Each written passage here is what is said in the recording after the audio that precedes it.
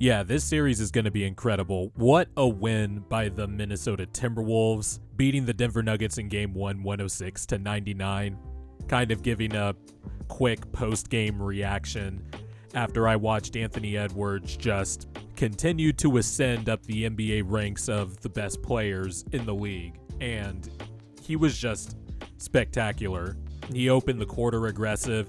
I think he had 16 first quarter points, but he was already attacking Jamal Murray. The Wolves really made a concerted effort to attack Jamal Murray. I know Jamal Murray's dealing with a little calf strain, and so it looked like the Timberwolves were cognizant of that and were trying to attack him early.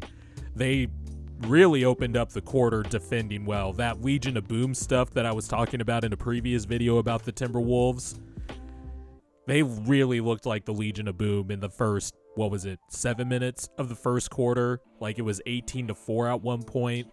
There was even one point where, the Nuggets were able to get some cross matches in transition, and Jokic had Jaden McDaniels on him, and Jokic was able to twist and turn and bully his way to the rim, but because Jaden McDaniels is so long and a really good defender and really good with his hands, he was able to swipe down the Andre Iguodala swipe down and knock the ball off of Jokic, and it was Wolves ball. It was just stuff like that.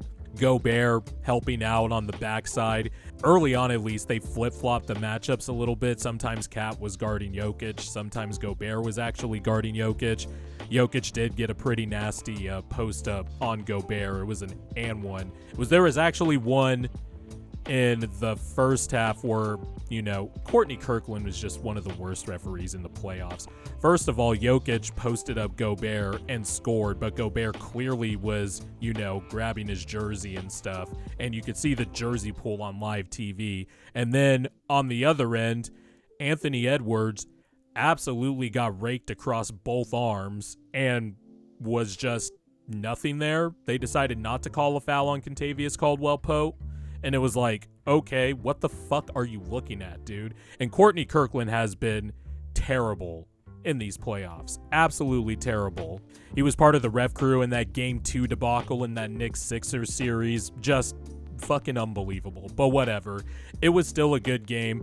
The Nuggets, it really looked like the Nuggets, were starting to make their run a little bit. Michael Porter Jr. made some shots in the third quarter. Jamal Murray started getting going. He had a little, nice reverse layup where Jamal Murray has some of the more underrated finishes in the NBA. I think we would talk about the best finishers. Jamal Murray is often undersold, but if you look through his career highlights, he's had some pretty nutty finishes where it's like, wait, how the fuck did he finish that? He's had some in the playoffs and the bubble too. And I thought Karl Anthony Towns, as far as him, I thought he played a steady game until he started committing just dumbass fouls like he always does. At the end of the third quarter, there was one where he fouled Aaron Gordon on a offensive rebound, just smacked him in the head. Wasn't going to get the block or anything because Gordon was right there at the rim and got an and one. And then there was another one where on the very next possession, the very next Nuggets possession, Cat fouled Jamal Murray on a three because, the Nuggets were cross-matched and shit like that. And Cat committed the foul, and it's like, just why? And that was his fifth foul. And so it was kind of like, all right, but then Naz Reid comes in the fourth quarter and, showed why he was the sixth man of the year. That banked three really just started what was an avalanche. I thought Naz Reid actually did a good job attacking closeouts all game. There were a few in the first half where he didn't finish. There was one in particular, I think, in the first quarter when the Nuggets started getting out of the 18-4 hole and they were making their run. Naz Reid missed a closeout in the corner. But Naz Reid is just a perfect guy to slot in the event that Cat is in foul trouble. The Wolves do need Cat's offense, but it is pretty nice to fall back into Naz Reid and keep your identity of the double big lineup. I do wonder, is very interesting. DeAndre Jordan, Zeke Naji, none of them played. The Wolves dominated on the glass 47-30. Well, they didn't dominate, but they won the rebounding battle 47-39. Had a few key offensive rebounds, especially Jaden McDaniels. This is going to be a very interesting series because the Nuggets have an immaculate starting five, but they really made Jokic work.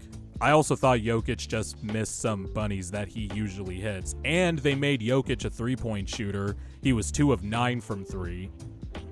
So there's kind of a formula here, and we all knew the Wolves were kind of the Nuggets' best matchup over the last year and a half. So this is going to be a fun series. I don't have any giant takeaways from this game. I don't have any like, oh, well, the Wolves are going to, win this series or anything like that. I actually picked Denver in 6, a close 6. I've said on this channel all year, I don't think anybody's beating Denver to come out of the West. Maybe they're a little bit vulnerable. A little bit more vulnerable than maybe I would have let on, but I just default to they have the best player in the world. And who knows how often he's going to be inefficient, but if there is one team that can do it defensively, it's the Minnesota Timberwolves. And Mike Conley, too, just chipping in with 14 points and 10 assists. And he had a big 3 where I think Anthony Edwards collapsed the defense and then kicked it out to Naz Reid, and it was like 1 second left on the shot clock. And I think it was Naz Reid, and he threw it to the corner where Mike Conley was, and he already had his hands in position to be locked and loaded and shoot a big 3. And the Nuggets just, they had some bad turnovers. They had some bad misses. There was one in particular where Jokic had kind of a bunny against Gobert, but Gobert played really good defense, kept his hands high, and Jokic kind of overshot the floater. Then Gobert was just fighting with Jokic on the glass. When you play against Jokic and he misses a floater like that near the basket, you have to be immediately prepared for his second jump. He has one of the best second jumps in the NBA, and I thought Rudy Gobert actually did a good job of whenever he forced a miss. Karl Anthony Towns too, and Naz Reid actually. They all did a good job of when Jokic missed a bunny or missed a layup or made a, interior shot difficult, they really did a good job of boxing out Jokic immediately or getting in position to get the rebound and kind of combat the second jump. And Rudy Gobert had a big one in that fourth quarter where he battled Jokic on the glass after forcing a tough miss on that floater. And Gobert grabbed the ball and threw it off of Jokic out of bounds, which was pretty good. And then Anthony Edwards. What more can you say about this guy? I already mentioned him off the top, but just big buckets down the stretch again. Big pull-up threes. He had a bop, bop, bop crossover on Aaron Gordon and just pulled up in the mid-range, and it was like, god damn. Just the combination of size, athleticism, quickness, handle, and shooting is just absurd. And then, of course, it's been starting to get well documented now, his de-acceleration, Euro-type step where he just slows down. It's just ridiculous. That last, possession of the game where, the last meaningful possession of the game, he was being pressed by Kentavious Caldwell-Pope, and he just used his athleticism and power to just dribble through the entire Nuggets team. 43 points. Malika Andrews just tweeted, Anthony Edwards has joined Kobe Bryant in 2001 as the only players with consecutive 40-point games at the age of 22 in playoff history.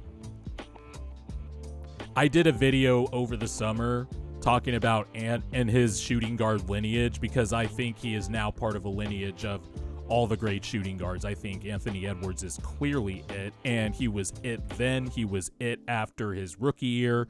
And if people still haven't seen it now, what the fuck are you watching? Because this guy is fucking incredible. He is 22. The Gobert trade was a bet that Anthony Edwards would be way ahead of his age curve and be able to learn to be a superstar really quickly, and he has arrived. Defending Jamal Murray right off the bat, I thought the matchup was originally, like all Wolves Nuggets games have been, it's mostly Jaden McDaniels guarding Jamal Murray. But Anthony Edwards opened up the game guarding Jamal Murray. He was everywhere. He was rebounding the basketball. He wasn't, getting off the ball as much in the Sun series, but I just think he likes these matchups. He can blow by Jamal Murray. He can blow by not blow by Kentavious Caldwell-Pope. Anthony Edwards is stronger than KCP, so he's bullying him on the block instead. He can go by Michael Porter Jr.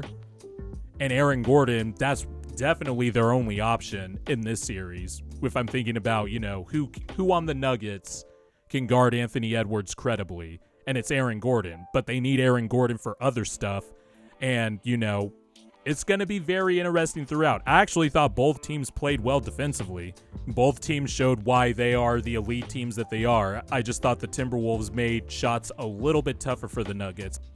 And I also thought Jokic missed some easy interior shots, and, the Wolves were fine with him taking, 9 threes. Don't know how often, they'll be fine with that.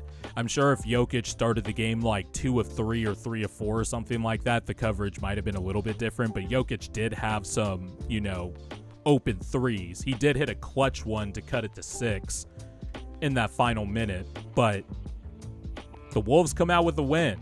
It's going to be interesting to see how the champs bounce back. I heard on the TV, and it made sense, but this is the first time in 2 years the Nuggets are trailing in a series. Oh man, this series is going to be really good. Also, P.S. wanted to say, Kendrick, please stop dropping diss tracks during playoff games. That's the only time I'll mute Kevin Harlan on a broadcast. Well, Reggie Miller's on the broadcast team, so sometimes I do have to mute him anyway, but Kendrick, my God, let's just, oh my God, stop. He's already dead.